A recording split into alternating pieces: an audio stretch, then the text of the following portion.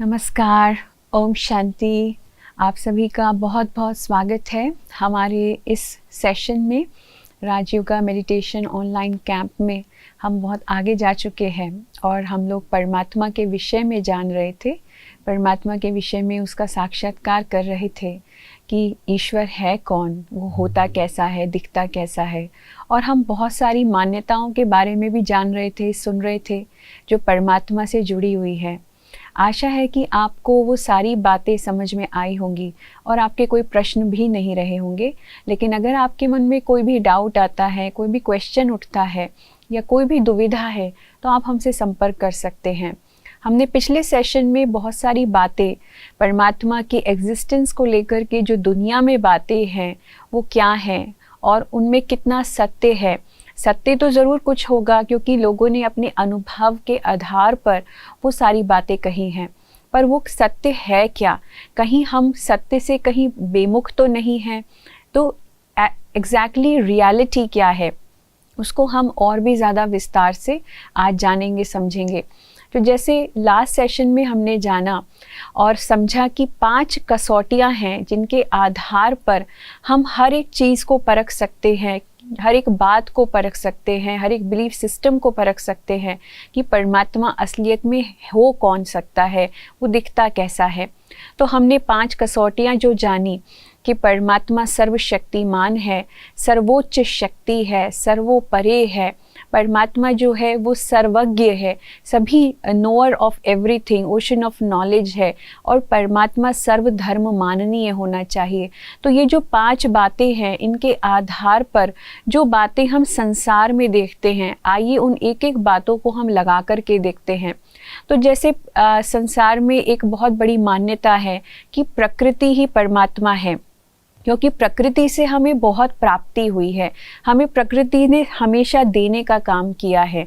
तो हम हमेशा से प्रकृति की पूजा भी करते आए हैं। कभी हमने वृक्षों की पूजा की, सूर्य की पूजा की, नदियों की पूजा की, अग्नि की पूजा की, प्राणियों की पूजा की। तो प्रकृति को हम ईश्वर मान के पूजते आए हैं। तो अब हमें ये सारी बातें उन 5 बातों के आधार पर समझनी है कि क्या प्रकृति सर्वज्ञ है, क्या प्रकृति से हमें सारा ज्ञान प्राप्त हो सकता है। हमने प्रकृति को बहुत ढूंढने की, तलाशने की, उसके अंदर तक, उसके रहस्य तक जाने की हमने कोशिश की, पर ज्ञान तो हमें इतना प्राप्त नहीं हुआ। हमें सिर्फ एक अणु, एटम ही मिल पाया, लेकिन एटम भी हमें वो ज्ञान नहीं दे पाया। तो प्रकृति भी सर्वज्ञ नहीं है, प्रकृति भी सर्वशक्तिमान नहीं है, प्रकृति को भी सभी धर्म जो हैं वो स्वीकार नहीं करते हैं कि वो ईश्वर का रूप है। लेकिन हाँ, प्रकृति का जो नेचर है दाता बन के देने का, वो ज़रूर परमात्मा के नेचर से मिलता है। इसलिए हमने प्रकृति को भी ईश्वर माना। जैसे कि अगर आपके सामने एक पेंटर हो और एक पेंटिंग हो, आप कभी भी पेंटिंग को देख करके ये नहीं कहोगे कि यही पेंटर है। आप पेंटिंग को पेंटर की रचना कह सकते हो कि जिसने ये पेंटिंग बनाई है, जिसने भी ये चित्र बनाया है, कितना सुंदर है और ये चित्र इतना मनमोहक है कि अपनी तरफ आकर्षित करता है और कुछ अनुभूति कराता है। लेकिन उस चित्र को देख करके हम कहें कि ये चित्रकार ही है, तो ये एक बहुत बड़ी गलतफहमी होगी। उसी तरीके से प्रकृति जो है वो परमात्मा की बहुत अच्छी रचना है। जब परमात्मा ने इस सृष्टि की रचना की तो रचना इतनी सुंदर की, लेकिन आज वो रचना ही बहुत दुखदाई हो चुकी है। आज जब हम प्रकृति के 5 तत्वों को देखते हैं तो एक एक तत्व जो है वो आज आउट ऑफ कंट्रोल वे में जा रहा है। जहाँ वायु की बात करें तो वायु भी दूषित हो चुकी है, नदियाँ भी दूषित हो चुकी है, अग्नि जो है वो प्रचंड हो चुकी है, सूरज जो है इतनी तेज चमकता है कि आज हमारी त्वचा भी झुलस जाती है। और प्राणियों के अंदर का जो उदंड हमारा स्वभाव है, सभी प्राणियों के मात्र उदंड स्वभाव भी हम देख रहे हैं। और वृक्ष भी धीरे धीरे सूखते जा रहे हैं, वृक्षों को तो हमने काट ही डाला है। तो प्रकृति को हमने जो हानि पहुंचाई, तो आज यही जो सुंदरतम रचना थी परमात्मा की, वो सुंदरतम रचना में वो शक्ति नहीं रही। तो हम प्रकृति को कभी ये नहीं कह सकते कि वो परमात्मा है। प्रकृति परमात्मा की रचना है और परमात्मा ही इस रचना को प्रभावित करके इसको बदलने का भी काम वही करते हैं। फिर आगे बढ़ते हैं दूसरी चीज़ जो हमने देखी वो ये कि इष्ट देवी देवताओं को हम मानते हैं और सोचते थे कि जो इष्ट देवी देवताएं हैं वही ईश्वर का रूप हैं। तो आज मुझे एक छोटी सी कहानी याद आती है, आपके साथ शेयर करना चाहती हूँ। एक बार एक भिखारी था और वो भिखारी जगह जगह भटक रहा था कि मुझे कहीं से कुछ प्राप्त हो जाए, मेरा जीवन सफल हो जाए, मेरा जीवन बन जाए। तो वो एक राजधानी में पहुंचता है। तो राजधानी में जब वो प्रवेश करता है तो वो देखता है कि वहाँ का हर व्यक्ति सुखी है, संपन्न है। तो वो हैरान हो जाता है कि भाई ऐसा क्यों है। तो वो सबसे पूछता है कि भाई आपके पास इतनी धन संपत्ति, इतना सुख कहाँ से आया, किसने दिया आपको ये सब। तो सभी उसको कहते हैं कि हमारा जो राजा है वो बड़ा दयालु है, राजा के पास अकीचार धन है, सब कुछ है, तो वो अपनी प्रजा को सुखी रखता है, सब कुछ हमें देता है। तुम भी राजा के पास जाओ, वो तुम्हें भी माला माल कर देगा, तुम्हें भी बहुत कुछ देगा। तो ये सोच कर के भिखारी जो है राजा के महल की तरफ चला जाता है। तो जब वो राजा के महल की तरफ जाता है तो द्वारपाल उसको वहीं रोक लेता है और उसको पूछता है कि भाई तुम्हें कहाँ जाना है। तो वो बताता है कि मुझे तो राजा से मिलना है।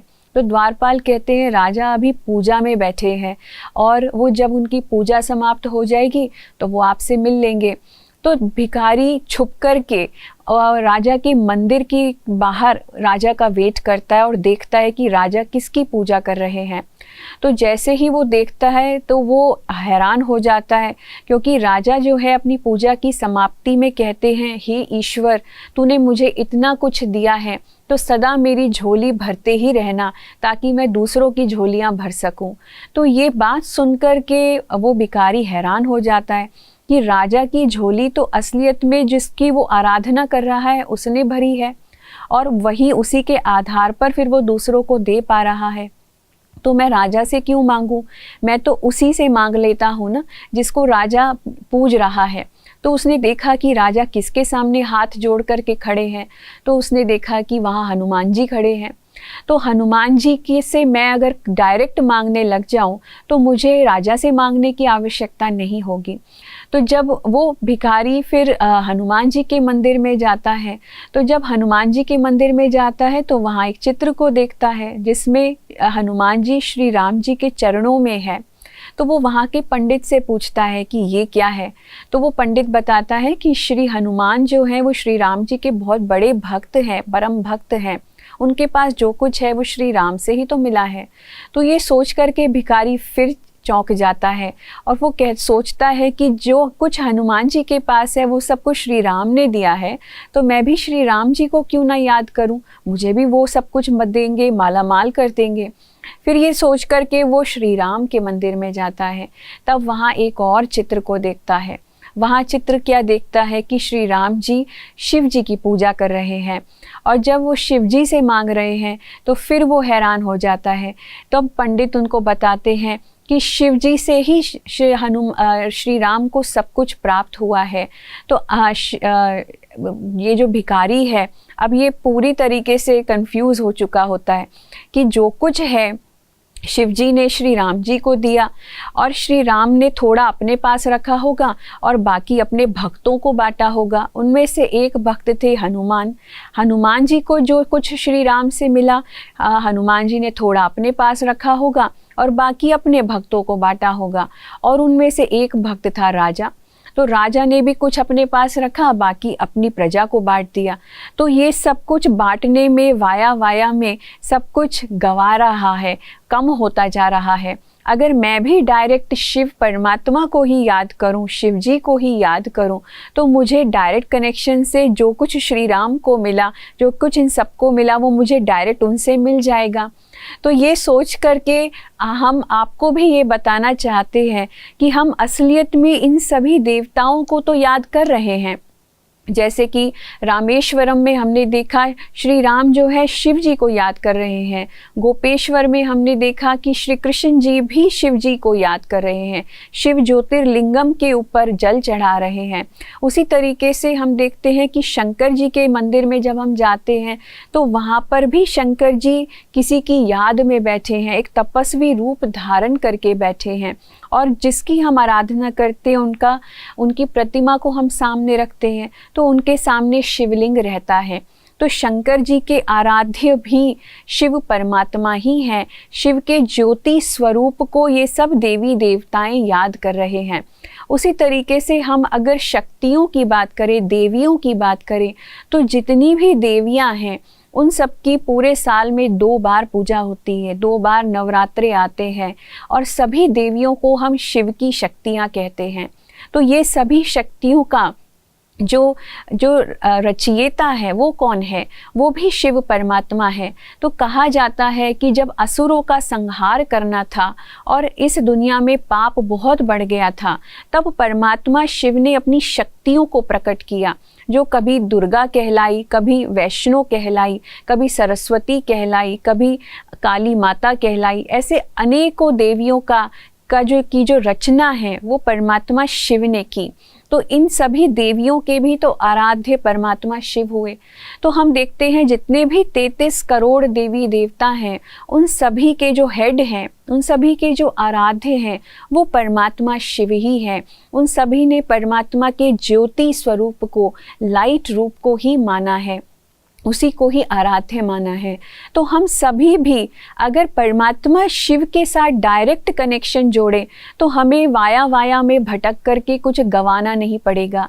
तो हम भी उस ऑफिसर के पास जावे जो इन सब का हेड है, बाकी सबके हेड के पास जाएंगे तो हमें डायरेक्ट उनके साथ वो सब कुछ प्राप्त होगा, वो सारी चीज़ें प्राप्त होंगी जो हम अपने जीवन में चाहते हैं। सुख, शांति, संपदा, धन, खुशी, तो सब कुछ हमें उनसे प्राप्त हो सकता है। फिर आगे हमने देखा कि उसी शिव परमात्मा के अनेकों मंदिर पूरे भारतवर्ष में है, जैसे कि अमरनाथ है, पशुपतिनाथ है, सोमनाथ है, विश्वनाथ है, बबुलनाथ है। ऐसे 12 ज्योतिर्लिंगम, जो नाथों का भी नाथ, जो सबसे बड़ा सर्वोच्च शक्ति जो है, तो ये परमात्मा शिव ज्योतिर्लिंगम, ये उनके गुणों के आधार पर नाम रखे गए हैं। तो शिवलिंग जो अनेकों बनाए गए हैं पूरे भारतवर्ष में, सब जगह उनकी पूजा ज्योति स्वरूप में होती है। उसी तरीके से हम अगर ईश्वर के रूप में भी देखें तो कितने नाम हैं परमात्मा शिव के, जैसे नागेश्वर, विश्वेश्वर, पापकटेश्वर, घृष्णेश्वर। तो ये कितने सारे नाम, ये भी सब परमात्मा शिव के ही नाम हैं। और वहाँ भी शिवलिंग में ज्योति स्वरूप के, परमात्मा के ज्योति स्वरूप की ही आराधना की जाती है। तो 12 ज्योतिर्लिंगम, वहाँ भी जो हिंदू धर्म में भी जो सर्वोच्च शक्ति मानी गई है, वो परमात्मा के ज्योति स्वरूप को ही माना गया है। उसके बाद हमने अनेक धर्मों की बात सुनी कि अनेक धर्म क्या कहते हैं। तो हमने सभी धर्मों के बारे में जब जाना, क्योंकि परमात्मा वो होने चाहिए जो सर्वधर्म माननीय है। तो सर्वधर्म माननीय की जब बात आती है तो हमने देखा कि सब धर्मों के भी जो पिता हैं वो परमात्मा शिव है। तो जैसे कि इस्लाम धर्म है, और क्रिश्चियन धर्म है, बौद्ध धर्म है, जैन धर्म है, सिख धर्म है। तो सब धर्मों में भी परमात्मा शिव के ज्योति स्वरूप को माना गया है। उसी की तरह से फिर हमने जब आत्मा सो परमात्मा की बात सुनी, तो आत्मा सो परमात्मा जब हम कहते हैं तो हम ये भूल जाते हैं कि जब उसी परमात्मा के मंदिरों में हम जाते हैं, मंदिर में जाकर के हम भगवान के सामने हाथ जोड़कर कहते हैं, तुम मात पिता हम बालक तेरे, तुम्हारी कृपा से सुख घनेरे। तो जब हम सब उसको अपना पिता मानते हैं, उसको अपनी माता मानते हैं, तो हम खुद ही अगर अपने आप को कहने लगे कि हम ही ईश्वर हैं, एक दिन हम ही परमात्मा बन जाएंगे, तो ये सबसे बड़ा डाउट, सबसे बड़ा क्वेश्चन मार्क है। आत्मा परमात्मा कैसे हो सकती है? ये आपको समझने की आवश्यकता है कि परमात्मा कोई पद नहीं है, परमात्मा कोई डिग्री नहीं है, या परमात्मा कोई उपाधि नहीं है जिसे कोई प्राप्त कर सकता है। जैसे कि हमने देखा है गीता में अर्जुन जो है श्री कृष्ण के आगे हाथ जोड़ के खड़ा है और श्री कृष्ण उसको ज्ञान दे रहे हैं। अगर अर्जुन भी परमात्मा है तो वो कौन किसको ज्ञान दे रहा है? कौन नर्वस हो गया था उस युद्ध के मैदान में और कौन किसको शिक्षा दे रहा है? तो अगर हम सब ही परमात्मा हैं, ज़रा सोच लीजिए सारी दुनिया में कौन किसका बाप है, हु इज़ द फादर? है, कौन किसकी तरफ देखे जब हम सभी भगवान हैं।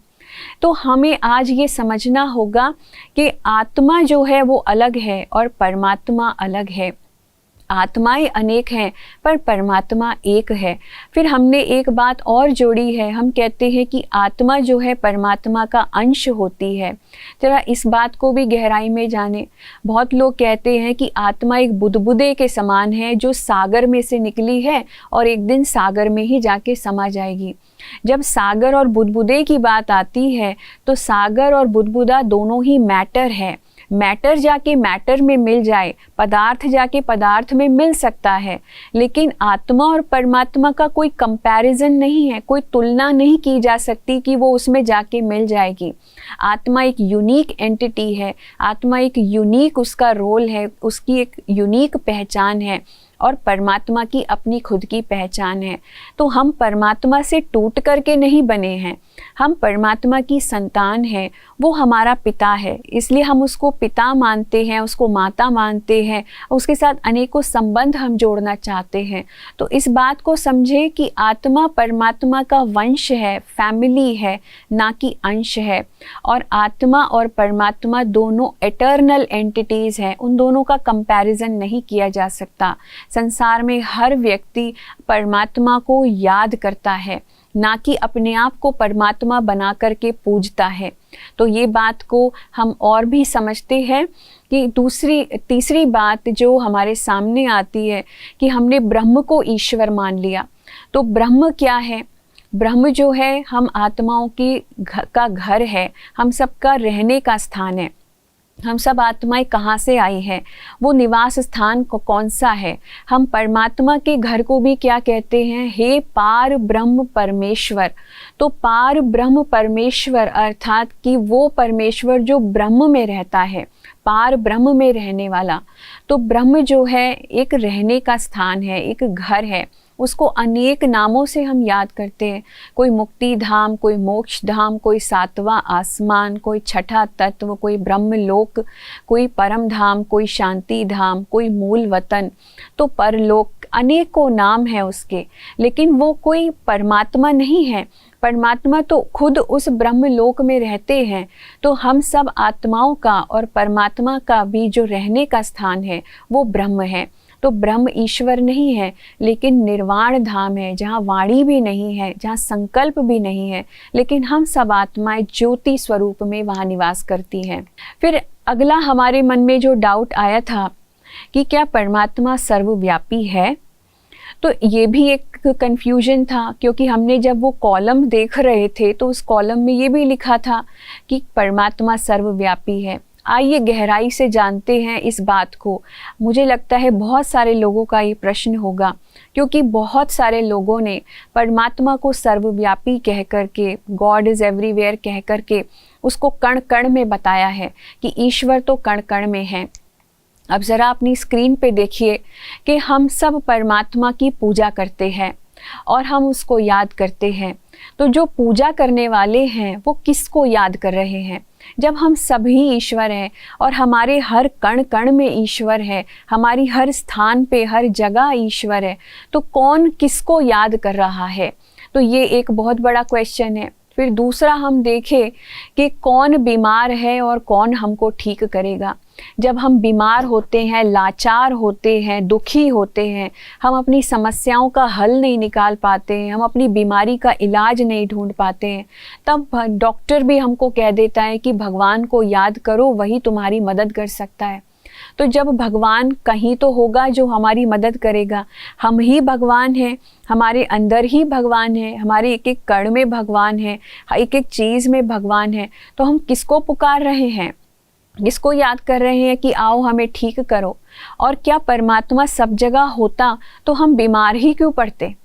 तो ये भी एक बहुत बड़ा क्वेश्चन है। तो अपने विवेक से सोचिए कि बीमार व्यक्ति अगर ईश्वर ही है और उसके पास उसके कण कण में, उसके पूरे शरीर के कण में अगर ईश्वर है, तो वो उसको ठीक क्यों नहीं कर देता? उसी तरीके से हम देखें कि जैसे अग्नि का ताप फैलता है, वैसे हम लोग अगर परमात्मा को सर्वव्यापी कहें तो उसके गुण भी हमें सर्वत्र सब जगह दिखाई देने चाहिए।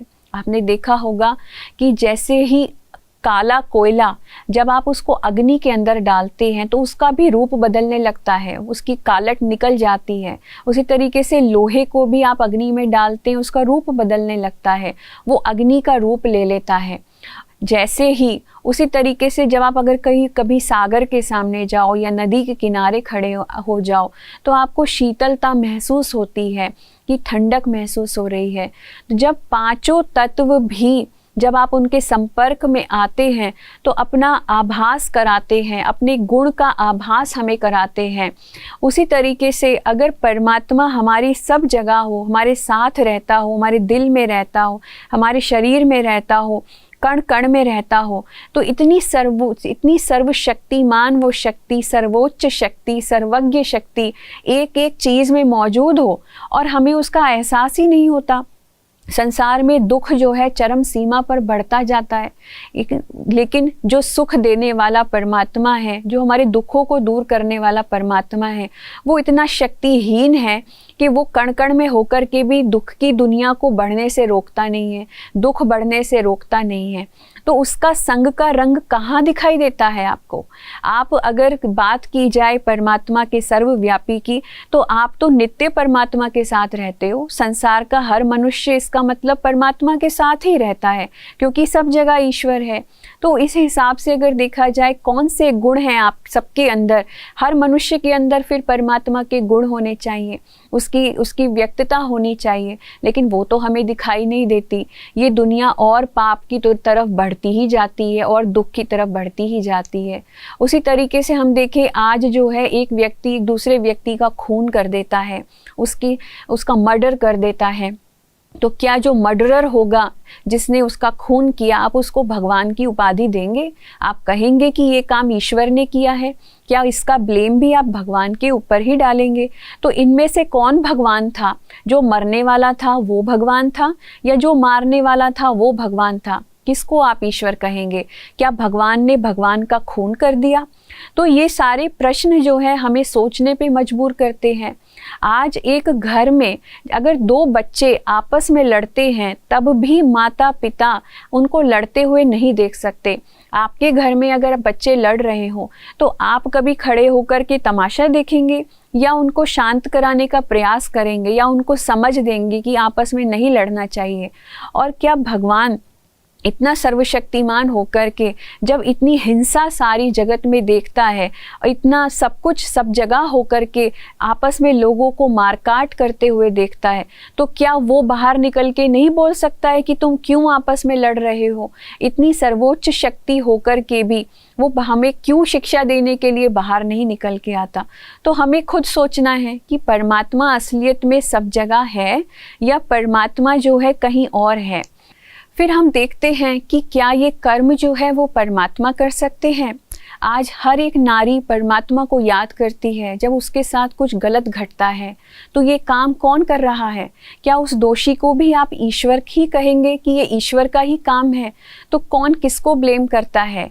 तो हम जब देखते हैं ये सारे ही कर्तव्य ईश्वर के नहीं हैं, तो परमात्मा तो दुखों को हर करके हमें सुख देने का काम करता है। परमात्मा शांति लाने का काम कर सकता है, वो शांति दाता है, लेकिन एक मनुष्य के जीवन में दुखों को भर दे, अशांति को भर दे, ये कर्म तो ईश्वर नहीं कर सकता। उसी तरीके से जब हम इतने सारे जीव जंतु प्राणियों को देखते हैं तो वो एक दूसरे का शिकार करके एक दूसरे को ख़त्म कर देते हैं, तो क्या इन सभी जीव जंतुओं में भी क्या ईश्वर है? तो हम ये एक बहुत बड़ा सवाल, तो जब भी हम परमात्मा को याद करते हैं तो हम हमेशा ऊपर की तरफ देखते हैं। ऊपर की तरफ कहते हैं सिर्फ ऊपर वाला जाने, जो ऊपर रहने वाला है वही हमारी मदद कर सकता है। और हम कहते हैं ऊंचा तेरा नाम, ऊंचा तेरा काम, ऊंचा तेरा धाम, ऊंचते ऊंच भगवान। तो सब कुछ ऊंचा ही बताया है। कभी भी हम ये नहीं कहते हे कुर्सी में रहने वाले, हे तकिए में रहने वाले, हे मेरे बिस्तर में रहने वाले, हे मेरे कागज़ कलम में रहने वाले। तो ये सब चीज़ों को हम कभी पॉइंट नहीं करते कि जहाँ तू रहता है हे दीवारों में रहने वाले मेरी बात सुन। नहीं, हम हमेशा ऊपर की तरफ इशारा करते हैं। तो परमात्मा निश्चय ही संसार की इस जहान के किसी भी कण में नहीं है, तो परमात्मा का निवास स्थान कहाँ है, तो वो हमें जानना है। परंतु ये बात क्यों कही गई कि ईश्वर सर्वव्यापी है, क्योंकि ये भी हमारे लिए एक बहुत बड़ा प्रश्न है। क्या हमारे साधु सन्यासियों ने गलत कहा?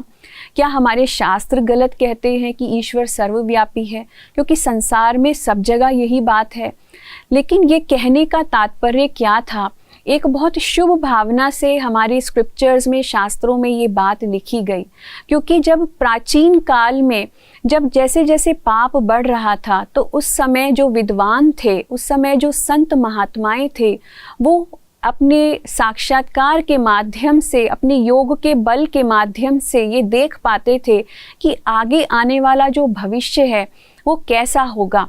उन्होंने देखा कि आगे आने वाले भविष्य में मनुष्य बहुत पाप कर्म करेगा, इसीलिए उसको उस पाप से रोकने के लिए, उस पाप कर्म को रोकने के लिए उन्होंने ये बात शास्त्रों में लिखी कि हे मानव, तू जो गलत काम करता है ये मत सोच कि तुझे कोई नहीं देखता। ईश्वर की सहस्त्रों आंखें हैं, वो तुझे नित्य देख रही है। इसलिए कभी भी अपने आप को ये नहीं समझना कि भगवान मुझे नहीं देख रहा। ईश्वर सब जगह है, वो देख रहा है। और यही बातें हमारे शास्त्रों में लिख दी गई। लेकिन वो भावना ये थी कि हम वो पाप कर्म करने से बच जाएं, डर जाएं। लेकिन आज का जो मनुष्य है वो इतनी साइंटिफिक डिस्कवरीज कर चुका है, इतनी इन्वेंशंस निकाल चुका है, हम बहुत स्मार्ट हो गए हैं, बहुत समझदार हो गए हैं। हम इन बातों में इतनी इजीली विश्वास नहीं कर सकते, क्योंकि हमारा साइंस का कोई भी इंस्ट्रूमेंट हर चीज़ को माइक्रोस्कोपिक लेवल पे भी जा कर के देख चुका है और वहाँ भी उसको ईश्वर नहीं मिला है।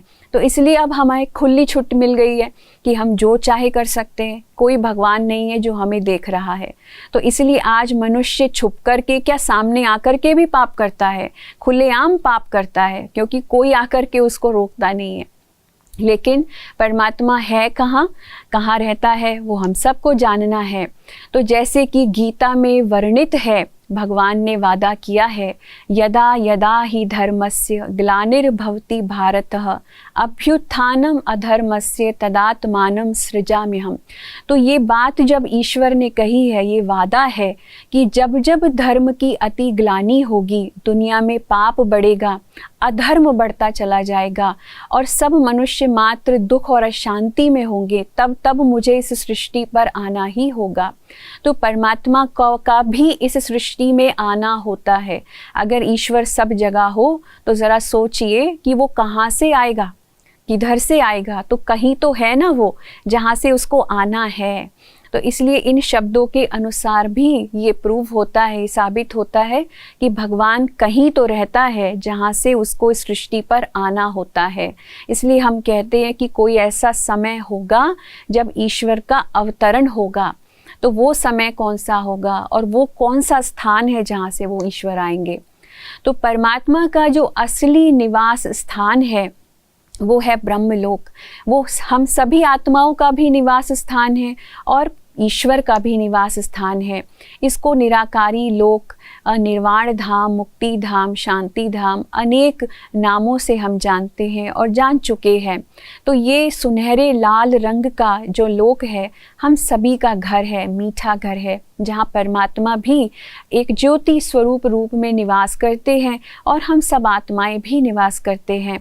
इसी स्थान से, इसी को ब्रह्म कहा जाता है और इसी स्थान से परमात्मा भी इस धरती पर आकर के अपना दिव्य कर्तव्य निभाते हैं, आगे बढ़ते हैं।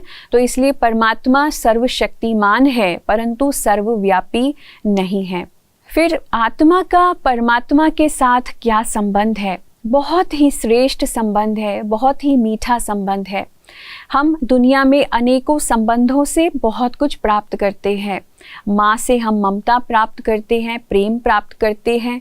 पिता से हमें प्रॉपर्टी, वर्षा प्राप्त होता है, वो हमारी हर चीज़ का ध्यान रखते हैं, हमारे लिए रिस्पॉन्सिबल होते हैं। हमें नित्य नई नई बातें, संस्कार जो हैं माता पिता से प्राप्त होते हैं और आगे बढ़ने का जो प्रेरणाएं हैं, संसार में जीने की जो प्रेरणाएं हैं, माता पिता से प्राप्त होती हैं। उसी तरीके से हम परमात्मा को अगर पिता रूप में याद करें तो परमात्मा की अनगिनत जो खजाने हैं, जो शक्तियां हैं, वो हमें एक वर्षे के रूप में, एक अधिकार के रूप में हमें प्राप्त हो सकती हैं। तो सबसे सुंदर जो संबंध है परमात्मा का आत्मा के साथ, कि परमात्मा आत्मा का पिता है, हम आत्मा उसकी संतान है, और हम उसको उस रूप में याद करें तो आप देखेंगे कि पिता बन के परमात्मा हमें कितनी शक्तियाँ, कितना कुछ हमें दे दे। जैसे माता पिता हमेशा अपने बच्चों को देते ही रहते हैं, कभी भी कमी नहीं करते, कभी उनके लिए गलत नहीं सोचते, हमेशा उन पर लुटाते रहते हैं, हमेशा उन्हें दुआएं देते रहते हैं। तो हम परमात्मा को अपना पिता माने, ये संबंध जोड़ें। आज हमारे बीच में और ईश्वर के बीच में एक सबसे बड़ा मिसिंग लिंक यही है कि हमारा ईश्वर के साथ कोई संबंध नहीं है। हम हमेशा भगवान को क्या कहते? भगवान जी कहते, प्रभु जी कहते, ईश्वर कहते, या देवी देवताओं के नामों से उनको पुकारते हैं। लेकिन क्या कभी आप अपने पिता को, माता को उनके नाम से पुकारते हैं? नहीं। जैसे आपके घर में कोई पड़ोसी आए तो आप उनको मेहता जी, शर्मा जी, मल्होत्रा जी कहेंगे, क्योंकि उनका आपके साथ कोई रिलेशन नहीं है, इसलिए आप उनको ऐसे बोलते हैं। जब भगवान की बात आती है, ईश्वर की बात आती है, आत्मा का तो परमात्मा के साथ अविनाशी संबंध है, हमेशा से। ये सब संबंध मिलने से पहले से ये संबंध है। तो हम उसको जब याद करते हैं, पुकारते हैं, तो हम किस संबंध से पुकारते हैं? कोई संबंध नहीं होने के कारण से हमें उसकी याद भी नहीं आती है। लेकिन जिनके साथ हमारा संबंध है, वो व्यक्ति अगर कहीं बहुत दूर भी बैठा हो, कहीं अमेरिका में भी बैठा हो, तो भी हमें याद आता रहेगा। क्यों? क्योंकि रिलेशन है। तो इसलिए ईश्वर को अगर याद करना है, नित्य याद करना है, बिना भूले याद करना है, मन को भटकाए बिना याद करना है, तो उसके साथ एक संबंध बनाइए। और संबंध में ही हम देना चाहते हैं। जब हम रिलेशंस बना लेते हैं तो प्राप्ति अपने आप लेन देन की होने लगती है। लेकिन जहाँ रिश्ते नहीं होते, संबंध नहीं होते, वहाँ इतना लेन देन भी नहीं होता, वहाँ नाप तोल आ जाता है। तो नाप तोल का संबंध छोड़ के परमात्मा के साथ एक घनिष्ठ संबंध, एक क्लोज रिलेशन बनाइए, उसको अपना पिता बनाइए। फिर दूसरा संबंध माता का है। माता पालने का काम करती है, बच्चों को अच्छी शिक्षाएं देती है। तो परमात्मा हमारी माता भी है, माता बन कर के हमें इतना सब कुछ सिखाती है ना। फिर परमात्मा के साथ हमारा शिक्षक का संबंध है। He is the supreme teacher. तो सबसे बड़ा शिक्षक, शिक्षकों का भी शिक्षक, जो शिक्षाएं हमें ईश्वर से मिल सकती है, जो श्रीमत जिसको हम कह सकते हैं, श्रेष्ठ ते श्रेष्ठ मत, तो श्रेष्ठ ते श्रेष्ठ शिक्षा हमें ईश्वर से ही मिल सकती है। तो उसको ही अपना सुप्रीम टीचर बनाएं। फिर परमात्मा को अपना दोस्त बनाए, सखा बनाए। खुदा दोस्त उसको कहा जाता है।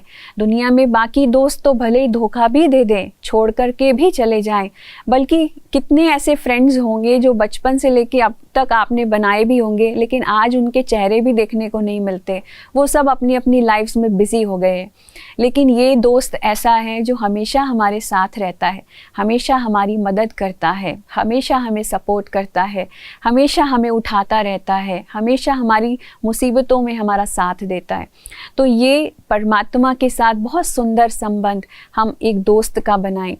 फिर परमात्मा हमारा साजन भी है, मोस्ट बिलवेड, क्योंकि प्यार की बात जो है वो परमात्मा ही समझ सकता है। दिल की बात सबसे पहले किस तक पहुंच सकती है, किसको दस्तक दे सकती है? ईश्वर तक सबसे पहले पहुंच सकती है।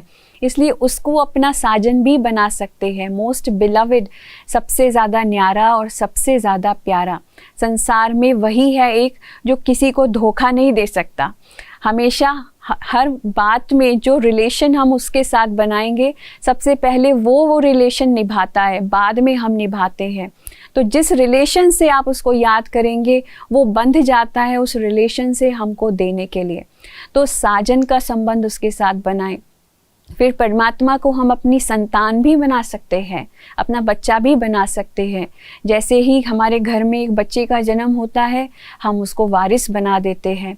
और वारिस जो है, हम ये सोचते हैं ये आगे जा कर के हमारा नाम रोशन करेगा, ये आगे जा कर के हमारा ध्यान रखेगा, हमारी केयर करेगा। इसीलिए लोग संतान पैदा करते हैं। लेकिन क्या आज की संतान किसी को आगे तक सपोर्ट करती है? तो आज की संतान क्या हर एक को सुख दे पाती है? तो इसीलिए परमात्मा को अपनी संतान बनाइए, उसको गोद लीजिए, उसकी पालना भी करिए। तो परमात्मा को जब आप अपना बच्चा रूप में स्वीकार करेंगे तो वो हमेशा के लिए आजीवन आपके लिए खड़ा रहेगा, आजीवन आपकी सेवा में रहेगा। फिर नेक्स्ट जो रिलेशन है वो बंधु। परमात्मा को हम अपना भाई भी बना सकते हैं। बहुत लोगों का भाई नहीं होता, या कि जिनका भी होता है तो वो हम उसके साथ ये समझते हैं कि वो हमारी रक्षा करेगा या वो हमें आजीवन संभालेगा। तो हम भगवान को अपना भाई या अपनी बहन, जैसे भी हमें पसंद हो, तो जिसका भाई नहीं है वो भाई बना सकता है, जिसका बहन है वो बहन नहीं है तो वो बहन बना सकता है। तो हम बंधु का रिलेशन भगवान के साथ बनाएं, क्योंकि वो आजीवन हमारी रक्षा करने के लिए बंध जाता है।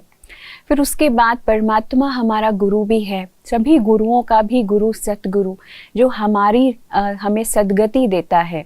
सद्गति अर्थात जो हमें मुक्ति का रास्ता बताता है। तो ये सारे ही संबंध हम ईश्वर के साथ स्थापित कर सकते हैं। इतने सारे संबंध परमात्मा के साथ स्थापित करने के बाद हम परमात्मा के साथ अपनी खुशी से, प्यार से जब हम उसको याद करेंगे, एक एक संबंध को अनुभव करेंगे, तो एक एक संबंध से हमें प्राप्ति होती चली जाएगी। अपने जीवन में इन संबंधों को, अगर हम ये संबंध हमें प्राप्त नहीं है या इन संबंधों से हमें सुख प्राप्त नहीं हो रहा है, तो उन संबंधों को भूल करके ये संबंध हम ईश्वर के साथ, परमात्मा शिव के साथ अनुभव करें, तो आप देखेंगे कि आपके जीवन में हर चीज़ की जो कमी आपको महसूस होती है वो कमी धीरे धीरे पूरी होती चली जाएगी। तो आइए इन संबंधों के आधार पर कुछ समय के लिए, कुछ मिनटों के लिए हम परमात्मा को याद करते हैं और इन संबंधों को अनुभव करते हैं। अपने मन को एकाग्र करें, समेटते जाएं, अपना ध्यान चारों तरफ से हटा करके बुद्धि की ओर, भ्रकुटी की ओर लेकर के जाएं। अपने आप को एक चैतन्य शक्ति, आत्मा के रूप में देखें।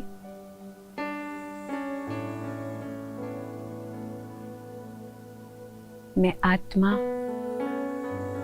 अति सूक्ष्म चमकते सितारे के समान इस भ्रकुटी में निवास करती हूँ। इस शरीर के मालिक एक अदृश्य सत्ता, अविनाशी सत्ता हूँ।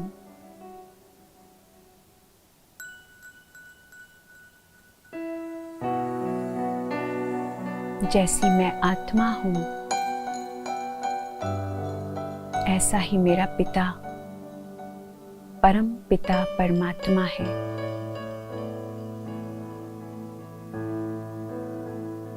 वो भी अविनाशी, अकाल मूर्त, सुखदाता, शांति दाता है।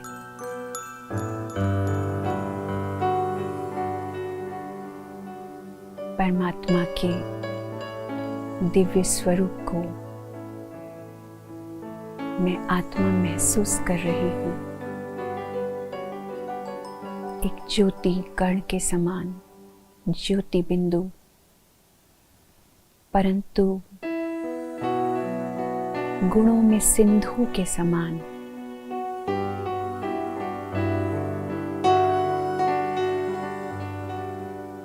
परमात्मा शिव अनंत शक्तियों से भरपूर,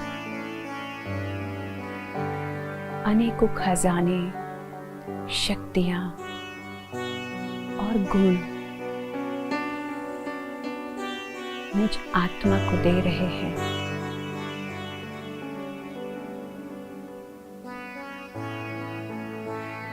उनकी किरणें मुझ आत्मा पर पड़ रही है।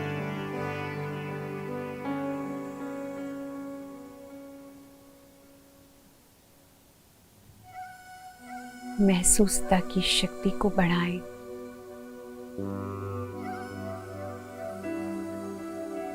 परमात्मा क्या है, कौन है, आज ही मैंने पहली बार जाना है, समझा है। आज मैं आत्मा उनके साथ एक नया संबंध स्थापित कर रही हूँ।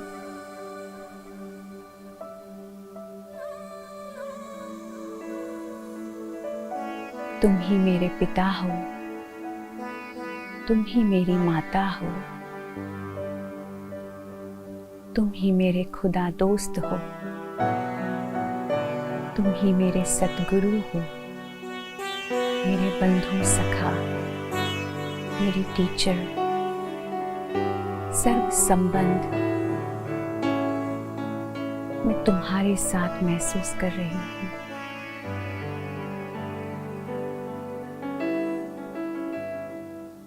अब मुझे अपने जीवन में कोई कमी महसूस नहीं होती। मेरा ध्यान रखने के लिए तुम निमित्त हो। मैं आत्मा अपनी सारी जिम्मेवारी तुम्हें सौंपकर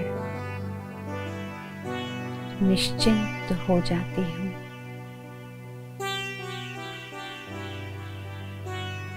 आज जब तुम खुद आकर के मेरा दरवाजा खटखटा रहे हो, मैं भी तुम्हारी उंगली पकड़कर एक नए जीवन की शुरुआत कर रही हूँ।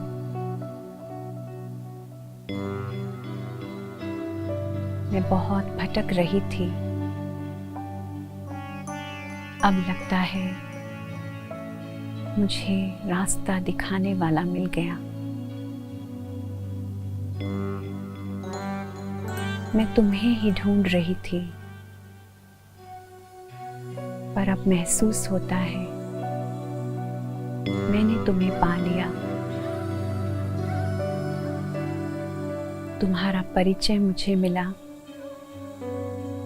मन में कितनी संतुष्टता और खुशी महसूस हो रही है, जैसे एक अनाथ को उसके माता पिता मिल गए हो।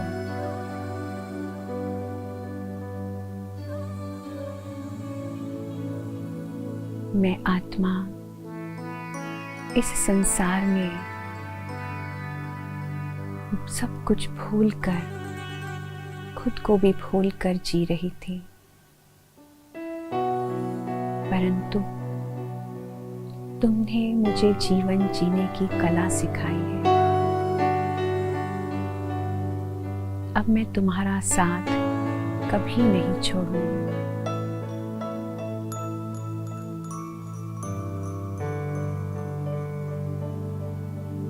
महसूस करें परमात्मा एक शक्ति रूप में अपनी सर्व शक्तियां मुझ आत्मा के ऊपर लुटा रहे हैं। अनेकों दुआएं मुझे दे रहे हैं। बेहद प्रेम, बेहद शांति, बेहद खुशी की अनुभूति हो रही है।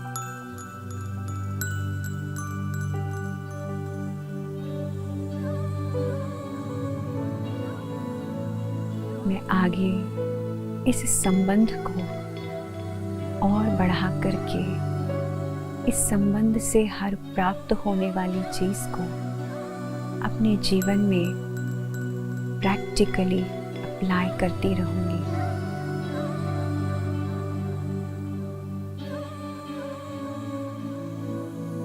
हर कर्म करते हुए भी उस परमात्मा को नहीं भूलूंगी।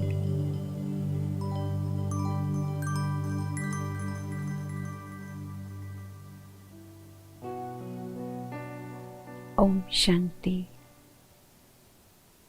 ओम शांति। ओम शांति।